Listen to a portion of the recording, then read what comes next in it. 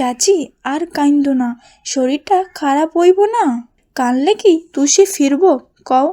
হাসনা কেঁদে কেটে বলেন, অয় কই গেল আমারে থুইয়া?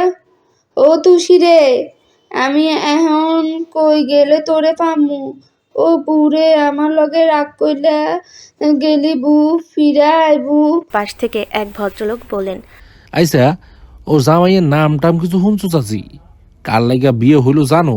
টিনটিন ভেজা গলায় বলল। ওস্তাদের জামাইরে তো চিনি, হ্যারে পুলিশ। সবার চোখ কপালে। হতবাক বনে একে অন্যের মুখ দেখলেন তারা। সমস্বরে বলেন, পুলিশ? হাসনা স্তব্ধ হাতে চোখের পানি মুছলেন, কণ্ঠে উদ্বেগ। তোরা জানোস হে কই থায়ে? বাবলু মাথা নেড়ে বলল, না, আমরা তো ওই দিন দেখছি খালি ওস্তাদরে নিয়ে গেল। ওই পুলিশের টিভিতেও দেখছিলাম একদিন, কিন্তু কই থাহে জানি না। সেদিনে সেই দোকানি ভিড়ের মাঝেই ছিলেন। বাবলুর কথাই চট করে মনে পড়ল কথাটা। সাথে সাথেই বললেন, হ্যাঁ আমিও তো দেখলাম সেদিনকা, ওই যে পকেট মারতে গিয়ে ধরা খাইলো, কিন্তু ওই পুলিশ তো মতি ছিলেন। হাসনা নড়ে চড়ে উঠলেন, কান্নার বেগ থামল, বুক থমথমে করে ভাবলেন, মতিঝিলে পুলিশের লগে তুষির বিয়ে হয়েছে। হাই হাই, তুষি তো চোর, যার যা মনে ধরে তাই চুরি করে। অহন পুলিশের বাড়িতেও সংসার করব কেমনে? তিন্নির মা ফিক করে হেসে ফেললেন এবার, কণ্ঠে বিদ্রুপ। হাসনা বানুর মুখ শুকিয়ে থাকে। চিন্তায় একশেষ অন্তপুর। মেয়েটা এমনি কপাল পোড়া। সবসময় হেসে খেলে ফুর্তিতে মজে থাকলেও হাসনা অন্তত জানেন তুষির মতো মন্দভাগ্য পৃথিবীতে আর কারো নেই। সে মেয়ে যদি এমন সংসারে যাতাই পড়ে, এরপর কি হবে ওর? গাড়ির 4 চাকা হাইওয়ের উপর সায় সায় বেগে ছুটছে। হু হু করা অন্ধকার আর লম্বা লম্বা সোডিয়ামের আলো মিলিয়ে অদ্ভুত দূরে সুন্দর দৃশ্য। রুমকূপে আলোড়ন তোলা বাতাস আসছে ভেতরে। তুষি জানালা থেকে মাথাটা বের করে মুগ্ধ হয়ে দেখছিল। তার চোখে মুখে বিস্ময়ের ভেলকি। ও কখনো এমন গাড়িতে চড়েনি। সিটগুলো কি নরম, কি পরিষ্কার, তকতকে সব। তুষিদের খাটের তোষকও এত নরম না তো। মাথা এলিয়ে বসলেই যে ঘুম পেয়ে যাচ্ছে। পুলিশটা নিশ্চিত বড়লোক ঘরের ছেলে। কত দাম হবে গাড়িটার? তুষির কাছে যদি একটা পিস্তল থাকতো, এখনই ড্রাইভারের মাথায় ধরে হাইজ্যাক করতো এটাকে। বেচলে নির্ঘাত প্রচুর টাকা পাবে। এই বিস্ময় আর অহেতুক চিন্তার তোরে পেছনে সব কথা ভুলে গেছে মেয়েটা। ভুলে গেছে ইয়াসিরে সে ছুড়ে দেওয়া হুমকি। ভুলে গেছে দাদির সাথে আর কখনো দেখা না হওয়ার শোক।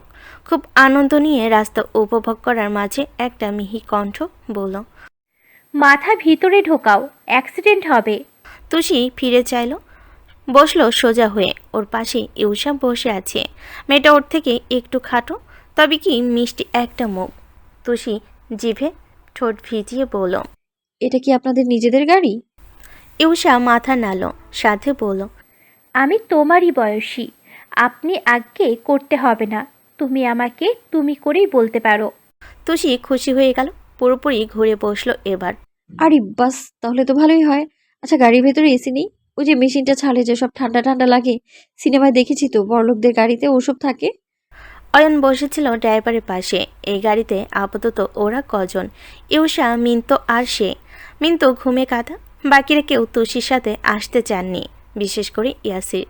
তখন তুষিকে গাড়ির মধ্যে ছুড়ে রেখে গেল, সে অন্য গাড়িতে গিয়ে উঠেছে। তুষির শেষ কথা শুনে চট করে পিছু ফিরল অয়ন। মেয়েটার দুঠোঁটে হাসির ফোয়ারা, আগ্রহ চোখে মুখে।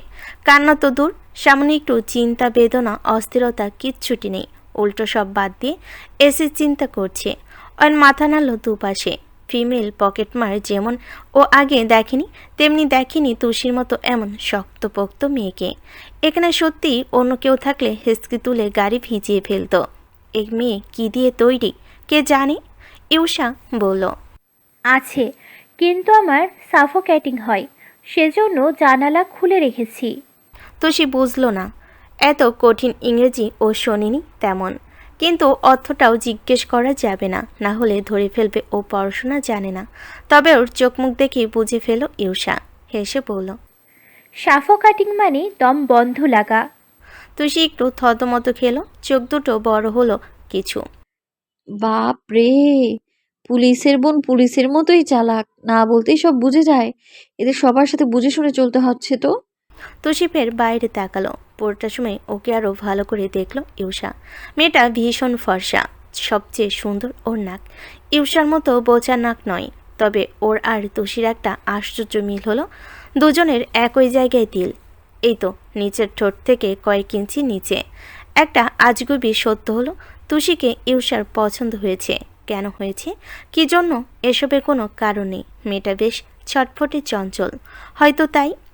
ইউষা হাতটা বাড়িয়ে তুষির এক হাত ধরল, ফিরল সে।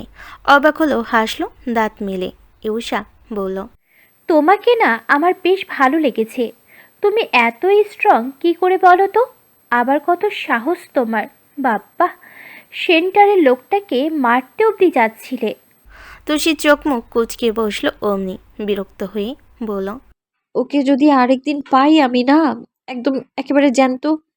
তারপর মাঝপথে থামলো, মনে পড়েছে এমনভাবে বলল, আচ্ছা, ওই যে আরেকটা খচ্চর মহিলা ছিল না ওখানে, ওই মহিলাটি কি ওই বদ পুলিশের মা? ইউষা চোখ পাকিয়ে বলল, এই, ওটা আমার মা। তুষি জিভ কাটে, কণ্ঠ নামিয়ে বলে। Sorry sorry. ইউষা বলল, শোনো, আমার আম্মু এমনিতে একটু মেজাজি, তবে মনটা খুব ভালো। একবার যদি তোমাকে ভালোবেসে ফেলে, দেখবে খুব আদর করবে। কিন্তু এক্ষুনি তা হবে কি না জানি না। আর আমাদের বাড়িতে সবথেকে মাটির মানুষ কে জানো? আমার বড় মা, মানে তোমার শাশুড়ি। বড় মা যে কি চমৎকার একজন মানুষ, তুমি দেখলেই বুঝবে। তুষি বিজ্ঞানে মাথা নাড়ল, ফিসফিস করে বলল, আর এটা এটা কে? উনি হলেন অয়ন ভাইয়া, সম্পর্কে তোমার দেবর। তুষি ঠোঁট গোল করে বলল। ও, বিশাল বড় দেবর। হেসে ফেলল ইউষা, জিজ্ঞেস করল, আচ্ছা, তুমি কি সত্যি টাকার জন্য বিয়ে করেছো? তুষির মধ্যে রাগ ঢাক নেই, বলল ফটাফট। হ্যাঁ, কিন্তু বুঝতে পারিনি সত্যি সত্যি বিয়ে হয়ে যাবে। আমি তো আর জানতাম না কেসের ভেতরে এত বড় সুটকেস আছে। কিন্তু তোমার মুখ দেখে তো মনে হচ্ছে না বেশি দুঃখ পাচ্ছ। একটু চিন্তাও হচ্ছে না তোমার? কিসের চিন্তা? এই যে একটা অচেনা জায়গায় যাচ্ছ, কাউকে চেনো না, জানো না, জীবনে কখনো দেখোনি, সেখানে হুট করে কি থাকবে কি করে? আর ভাইয়া ছাড়া কি? ভাইয়াকে তো চেনো না, মনে হয় না তোমার সাথে খুব একটা ভালো ব্যবহার করবে। তুষি পোড়া শ্বাস ফেলল, মনে মনে ভাবল, বদ পুলিশকে আমি আবার চিনি না, বেটার শিরায় শিরায় গুন্ডামি। মুখে বলল, ব্যবহার নিয়ে আমার মাথা ব্যথা নেই, আমরা বস্তির মানুষ। ওসব মুখ ঝামটা আমাদের কাছে ডাল ভাতের মতো। কিন্তু কেউ মরতে এলে সাবধান, হ্যাঁ? আমি কিন্তু কুস্তি জানি। ইউষা হতাশ শ্বাস ফেল। তুষি এখনও বুঝতে পারছে না ভবিতব্য কি। ঘুমিয়ে ঢলে পড়া মিন্তুর মাথাটা কাঁধে এনে রাখল সে। ইউষা ভেতরে ভেতর দুশ্চিন্তায় ভুগছে। অয়ন ভাই তো কেমন চুপচাপ বসে আছেন। ওনারও নিশ্চয়ই চিন্তা হচ্ছে খুব। বাড়ি পৌঁছানোর পর কি যে অপেক্ষা করছে তুষির জন্য কে জানে। দেখতে দেখতে সৈয়দ ভবনের সামনে গাড়ি এসে থামল। সবার আগে নামলো অয়ন, তারপর ইউষা। ওদের অনেক আগেই ইয়াসিররা পৌঁছে গেছে বাড়িতে। তুষি তখনও একই রকম বসে। সৈয়দ ভবনের বড় বড় দেওয়াল দেখেই চোখ দুটো কপালে তার মুখ থেকে বেরিয়ে এলো। এত বড় বাড়ি, দৈত্য থাকে নাকি এখানে? ইউষা বলল তখনই। কি হলো, নামো। তুষির হুঁশ এলো। দরজাটা খুলতে গেলে ঠেলে ঠুলে, কিন্তু এত শক্ত, খুলছেই না তো। ওর ধাক্কাধাক্কির মাঝেই এসে খুলে দিল অয়ন, বলল হাস্যহীন, এসো। তুষি প্রসন্ন হলো খুব। এর আগে যখন পড়ে গিয়ে ব্যথা পেয়েছিল, কত সুন্দর করে ওষুধের কথা বলেছিল অয়ন। ও নেমে এসে বলল, আপনি দেখছি মানুষটা ভালো, এ বাড়িতে খারাপ শুধু ওই বদ পুলিশ আর ওই। মাঝপথেই তপ্ত চোখে চাইল অয়ন। তুষির কথা থামল। নিশানা থেকে বাঁচতে দেখল এদিক সেদিক। অয়ন ড্রাইভারকে বলল, গাড়ি রেখে এসো, দারোয়ানকে বলো গেট লক করে দিতে। ভদ্রলোক মাথা নাড়লেন। তুষি চিলের নজরে চারপাশটা দেখছে। মিন্তু ঘুম চোখে নেমে দাঁড়িয়েছে কোনো রকম। অত বড় ছেলেটা বায়না করছে কোলে ওঠার। ইউষা ধমকাচ্ছে সে নিয়ে। অয়নও ব্যস্ত। তুষি ভাবল পালানোর এটাই মোক্ষম সুযোগ। একবার তো ভর্তি দিলে আর কেউ ধরতে পারবে না। সব কিছু সতর্ক চোখে দেখে নিয়ে যেই পা বাড়াবে ইউষা ফিরল তখনই। কোথায় যাচ্ছ? দরজা তো এদিকে। তুষি উত্তেজনা ফুস করে উবে যায়। পালানো আর হয় না। মুখ কালো করে বলে, কোথায় আর যাব জাহান্নাম ছাড়া? পুরো বাড়ি সাজানো, উঠোনো লাইটিংয়ের কোনো কমতি নেই। নতুন বউ আসার খুশিতে আত্মীয় স্বজনে ভিড়ও ছিল খুব। ইয়াসিরের বউ দেখতে উৎসুক তারা, অথচ সব আনন্দের রেশ মুছে গেল বউ বদলে যাওয়ার ঘটনা কানে গেলে। সেন্টার থেকে বেরিয়েই তনিমাকে সব ফোন করে জানিয়েছে শওকত। আপাতত নিশ্চুপ সব। তুষির শত স্ফূর্ত পা জোড়া থমকে গেল চৌকাঠে দাঁড়িয়ে। ভেতরে এক গাদা মানুষ, ওকে দেখে যাদের সবকটা চাহনি তীরের মতো এসে আছড়ে পড়ল এইদিকে। তুষির চঞ্চল মুখ মিয়ে যায়, ভরকায় কিছু। রেহনুমা খোঁচা মেরে বললেন, ওই যে এসেছেন মহারানী। তনিমা উঠে দাঁড়ালেন। মলিন চেহারায় একবার আপদমস্তক দেখলেন মেয়েটার, তারপর ফিরলেন শাশুড়ি পানে। জয়নবের ঠোঁটে হাসি নেই, বাড়িময় কানাঘুষা শুরু হলো। তুষিকে চোখের কোণ দিয়ে মাপছে সবাই। এসব পরিস্থিতির সম্মুখীন মেয়েটা হয়নি আগে। না চাইতেও কেমন জড়তা ভিড়ল শরীরে। তনিমা স্বভাবে ভীষণ নরম মানুষ, কাউকে কষ্ট দিয়ে কথা বলা ধাতে নেই। নিচু স্বরে বলেন, দাঁড়িয়ে কেন, এসো। সহসা দুম করে বসা ছেড়ে উঠে দাঁড়ালেন শওকত। গজগজ পায়ে ঘরে পথ ধরলেন। নীরবে বুঝিয়ে দিলেন এখন যা হবে এসবে তার তীব্র অনীহা। আইরিন এক কোণে দাঁড়িয়ে। ইয়াসিরের বিয়েতে সে ইচ্ছে করেই যায়নি। মনের মানুষ চোখের সামনে অন্য কাউকে বিয়ে করবে, এসব কি সহ্য করা যায়? তাই শরীর খারাপে ছুতো দিয়ে রয়ে গেছিল বাড়িতে। কিন্তু ইয়াসিরের বউ বদলের ঘটনায় মরে যাওয়া খুশিটা ফের এসে তার বুকে চেপে বসেছে। রেহনুমা বলেছেন মেয়েটা চোর, বস্তি পাড়ায় থাকে। একে ইয়াসিরের জীবন থেকে তাড়ানো ওর জাস্ট বাহাতের খেল। আইরিন তীক্ষ্ণ চোখে তুষির পা থেকে মাথা অবধি দেখল। বস্তির মেয়ে মানে পড়াশোনা জানে না, নিশ্চয়ই মাথা ভর্তি গবর। একে যদি হাতের ইশারে না নাচিয়েছে, ওর নামও আইরিন নয়। তুষি তখন দ্বিধা দ্বন্দ্বে ভুগছে, বুঝতে পারছে না ও এগোবে কিনা। ইউষা ফিসফিস করে বলল, কি হলো? চলো, বড়মা ভালো মানুষ, বলেছি না। ও বলল, আমার হাতটা একটু ধরবে? এত উঁচু জুতো পরে তো হাঁটতে পারি না। ইউষা ধরল সাথে সাথে। সেই দৃশ্য দেখে খ্যাক করে উঠলেন রেহনুমা। এই, তুই ওর হাত ধরছিস কেন? ছাড়। বাজখাই ধমকে মেয়েটা ভয় পায়। ধরা হাতটা ছেড়ে দেয় তড়িৎ। কিন্তু ততক্ষণে পা সামনে বাড়িয়েছিল তুষি। তার সম্পূর্ণ ভরসা ছিল ইউষা ধরে রাখবে, তাই হঠাৎ ছেড়ে দেওয়াই টাল রাখতে পারল না। হিল নড়বড়ে হয়ে পড়তে ধরল অমনি। পাশে একটা নকল বাঁশগাছের মাটির ফুলদানি ছিল। তুষি আসল নকল বোঝেনি, পরে থেকে বাঁচতে চেপে ধরল ওটাকে, আর ব্যাস ধপাস করে মেঝেতে পড়ে গেল।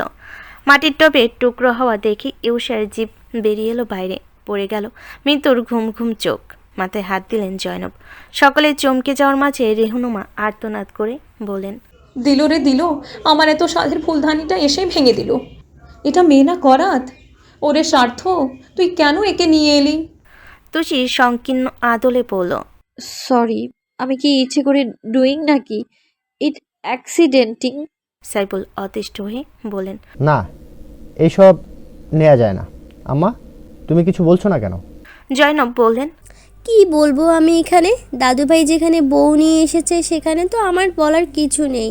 তাছাড়া মেয়ে যেমনই হোক, বিয়ে তো আর অস্বীকার করা যায় না।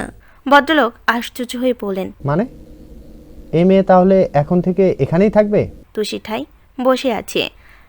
এক ঘর লোক তার দিকে চোখ বড় বড় করে চেয়ে। বিয়ের প্রথম দিন শ্বশুরবাড়িতে এসে আচার খাওয়া বউ তো আর কেউ ইতিহাসে দেখেনি। ইউষা মায়ের ভয়ে ধরতে পারছে না। অয়ন বহু আগে ঘরে চলে গেছে, তার এসব নিয়ে মাথা ব্যথা নেই। তনিমা নিজেই এগিয়ে এলেন, হাত পেতে বললেন, ব্যথা পেয়েছো? উঠে এসো। তুষির ভালো লাগলো, হাতটা ধরে উঠে এলো অমনি। ঠোঁট উল্টে বলল, আমি সত্যি ইচ্ছে করে। মাঝপথেই থামালেন তিনি। আমি বুঝতে পেরেছি, ইচ্ছা করে কেউ কিছু ভাঙে না। কোথাও ব্যথা লেগেছে তোমার? না। রেহনুমা বললেন, চুপ করো মেয়ে, এটার দাম জানো তুমি? আপা, তুমিও মেয়ের মুখ দেখে গলে যেও না। সেন্টারের আসল রূপ যদি দেখতে তাহলে বুঝতে। আমি বলছি শোনো, স্বার্থকে বোঝাও। কিসের বিয়ে, কিসের কি? বের করে দিক এটাকে। আমার তো একে সহ্যই হচ্ছে না। তুষির মেজাজ খারাপ হলো একটা কথাই মনে মনে একমত। সেটা হলো একে বের করে দিক, দিলেই ভালো, তাহলে ও সোজা বাড়ি ফিরে যাবে। তুষি চোখ ঘুরিয়ে পুরো বসার ঘরটা দেখলো এক পলক, কোথাও ইয়াসিনী। নজর ফিরল তনিমার কথাই, বলেন, তুই একটু শান্ত হ ছোট, বললেই তো আর হয় না। ও কি ছিল সেই সব ভুলে যা। আর এখন একমাত্র পরিচয় এই সৈয়দ বাড়ির বউ। বউ মানুষকে চাইলেই তো আর বের করে দেওয়া যায় না। বিয়ে যখন হয়েছে একটু মানিয়ে গুছিয়ে নি, আস্তে আস্তে সব ঠিক হয়ে যাবে। তুই যা, মিষ্টি নিয়ে আয়। রেহনুমা প্রকট চোখে চাইলেন, তুমি কি একে এখন মিষ্টি খাওয়াবে নাকি? আমাদের বাড়ির যা নিয়ম তা করতে হবে না? রেহনুমার ভীষণ রাগ হলো, কিন্তু রাগ করলেন না জায়ের উপর। দাঁতে দাঁত চেপে গেলেন মিষ্টি আনতে। তুষি চিন্তায় পড়ে গেল, ঠোঁট কামড়ে ভাবল, খচ্চর মহিলাটা যা চেতে আছে, আবার আমার মিষ্টিতে বিষ মিশিয়ে দেবে না তো?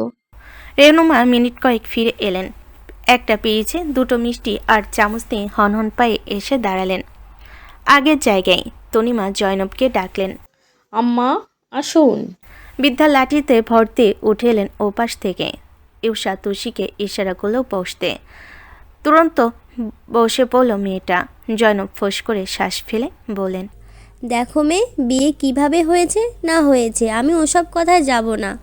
আমার কাছে সব কিছুর ঊর্ধ্বে হলো তুমি আমার ইয়াসিরের বউ। এবাড়ির সম্মান এখন তোমারও হাতে। সব কিছু সামলে সংসার করো, খেয়াল রেখো তোমার জন্য যেন আমাদের কাউকে কখনো বেইজ্জতি হতে না হয়। আইরিন ভেঙচি কাটল। রেহনুমার বিরক্ত লাগলো এসব। সাইফুল আশাহত চিত্তে মাথা নেড়ে গেলেন। মার ভাবির এসব ভালো মানুষই নেওয়া যায় না। অথচ তুষির কানে একটা কথাও গেল না। ও হাঁ করে জয়নবের গলার দিকে চেয়ে রইল। একটা মোটা চেন চকচক করছে সেখানে। কভরি সোনা আছে এতে। তুষির হাতের আঙ্গুল নিষ্পিস করে উঠল, চোখ দুটোতে লোফাতুর ভাব। জয়নব চামচ দিয়ে একটা মিষ্টি কাটলেন, কিন্তু তুষি দেখছে অন্য কিছু। যেখানে মিষ্টি নেই, জয়নব নেই, শুধু একটা মোটা স্বর্ণের চেন হাওয়ায় ভেসে আসছে। তুষি নড়ছে উঠল, ওটাকে খপ করে ধরতেই তুরন্ত হাতটা চেপে ধরল ইউষা। কণ্ঠ চেপে বলল, চুপ করে বসো, কি করতে যাচ্ছিলে? তুষি ভ্যাপাচাকা খায়, ফিরে আসে নিজেতে। সর্বনাশ, ও ফের চুরি কত ভাবছিল। লোভের বশে ভুলে গেছিল ও। এখন সাক্ষাৎ পুলিশের বাড়িতে। জয়নব মিষ্টি মুখের কাছে আনলেন। আচমকা হাতটায় ধাক্কা মারল কেউ একজন।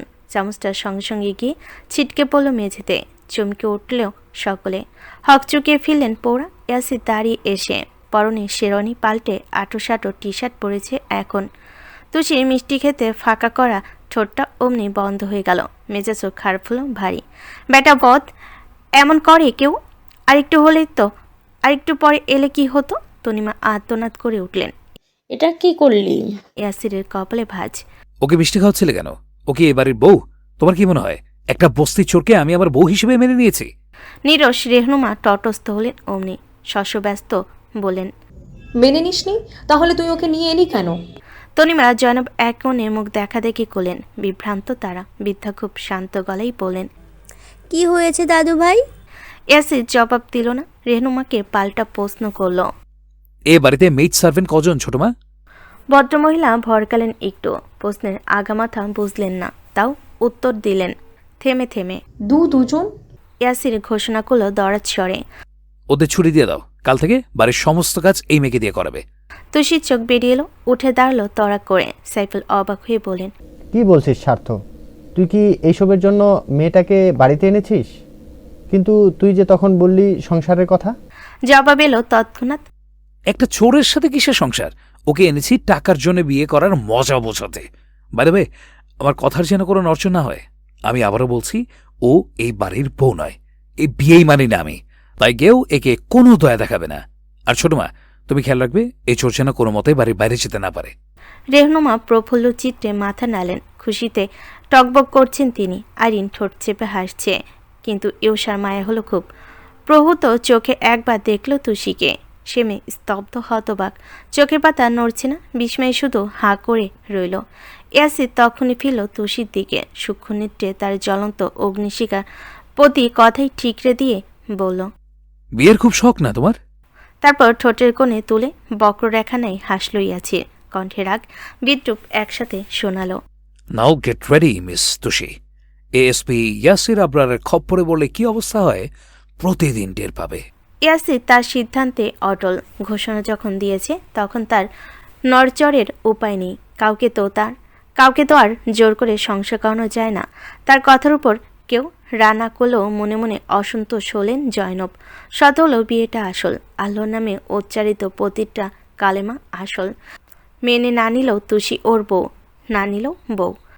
সেকেলে মানুষ তিনি। বিয়ে মানি না, হ্যান ত্যান এসব কথা কোশ্চিনকালেও শুনেছেন কারো মুখে? একঘর অতিথিদের সামনে ইয়াসিরের এই রুক্ষতাই খারাপ লাগলো তার, কিন্তু টু শব্দ করলেন না। স্বভাবে ইয়াসির এমনিতেই শান্ত, তবে ওই শান্ত মানুষ যখন রেগে যায় তখন তা কালবৈশাখী চেয়েও ভয়ানক। যা নমুনা সেবার শায়ন মারা যাবার দিন প্রথম দেখেছিলেন তিনি। তখন তো ইয়াসির সামান্য কিশোর ছিল, কিন্তু আজ সে পুলিশ অফিসার। এখন ক্রোধ চড়ে বসলে কতটা কি ঘটতে পারে অভিজ্ঞ এই মাথা দিয়েই জয়নব আন্দাজ করতে পারছেন। পড়া আর বসলেন না, আইরিনকে বললেন, আমাকে একটু ঘরে দিয়ে এসো তো নানু। আইরিন যেতে চায়নি।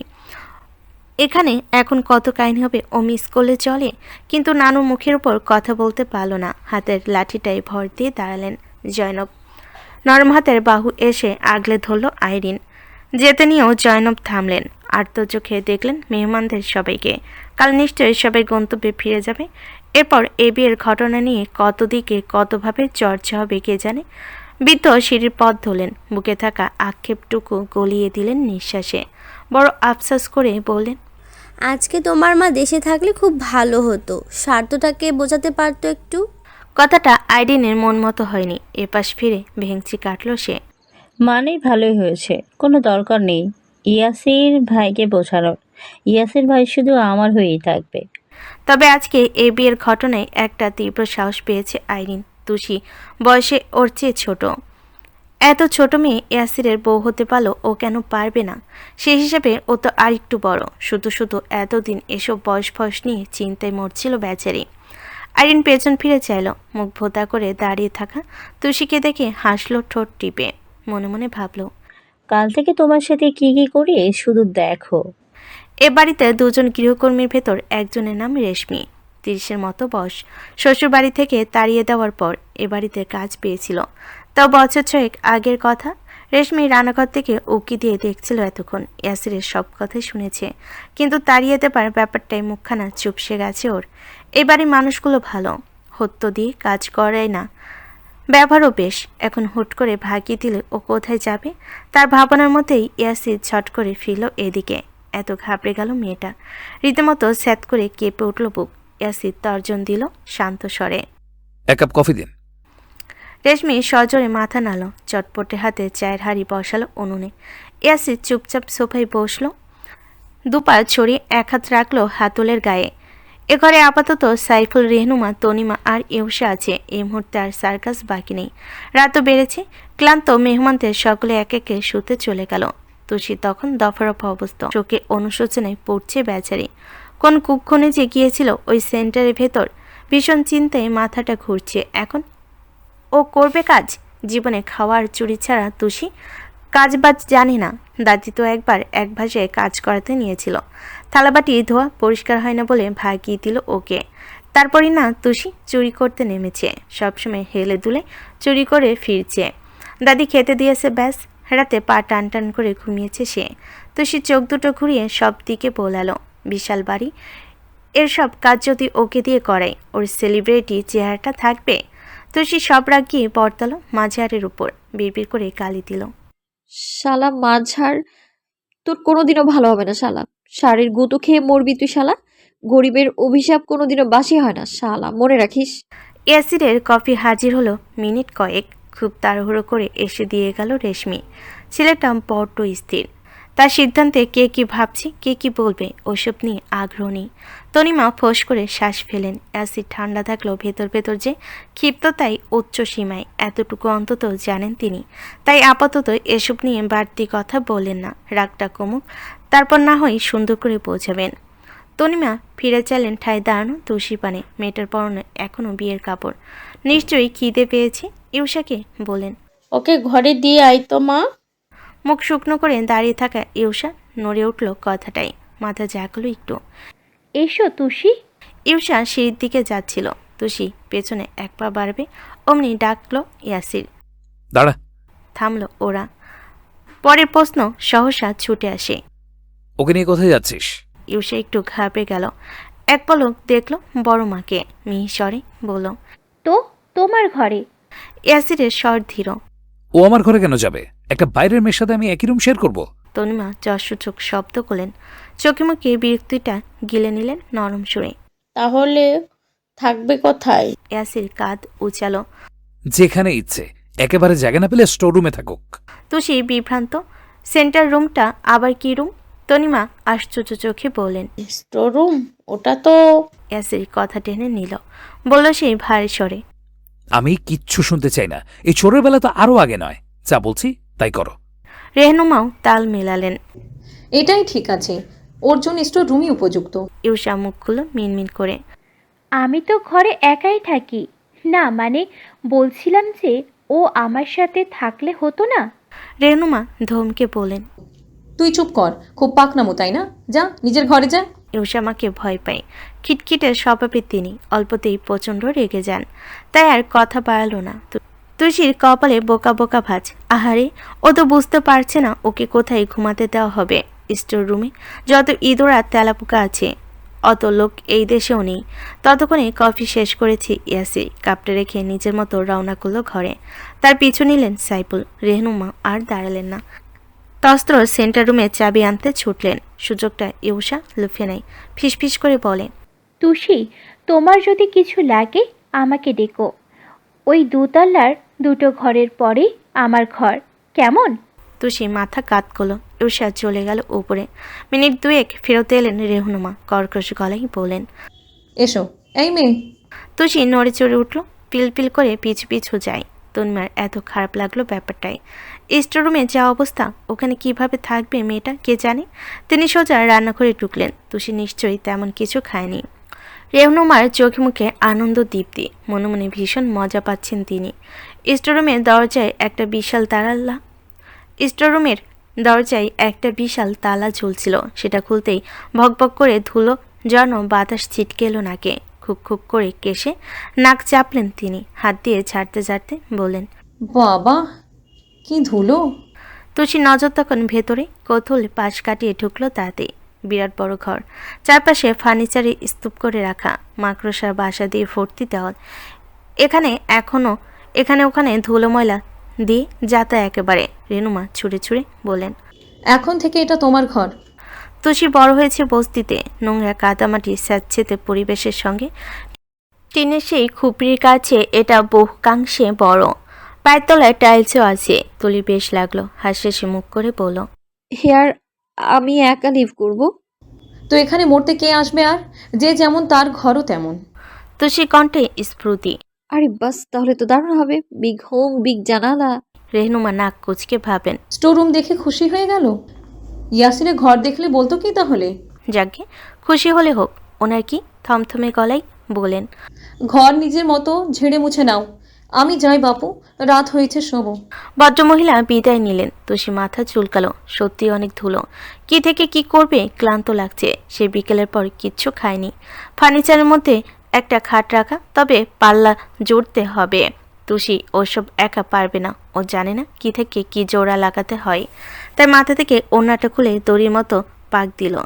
আপাতত মেঝেটা ঝেড়ে শুতে পারলে চলবে। এরই মাঝে খাবার নিয়ে ঢুকলেন তলিমা। পায়ের শব্দে চাইল তুষি। কথাবার্তার আগে চোখ পড়ল সোজা হাতের থালায়। খাবার? জিভ দিয়ে ঠোঁটটা চেটে নিল তুষি। তস্ত্র এসে দাঁড়াল ওনার সামনে। ফরমাই? তনিমা হাসলেন। হ্যাঁ। তুষি একরকম ছো মেরে নিল।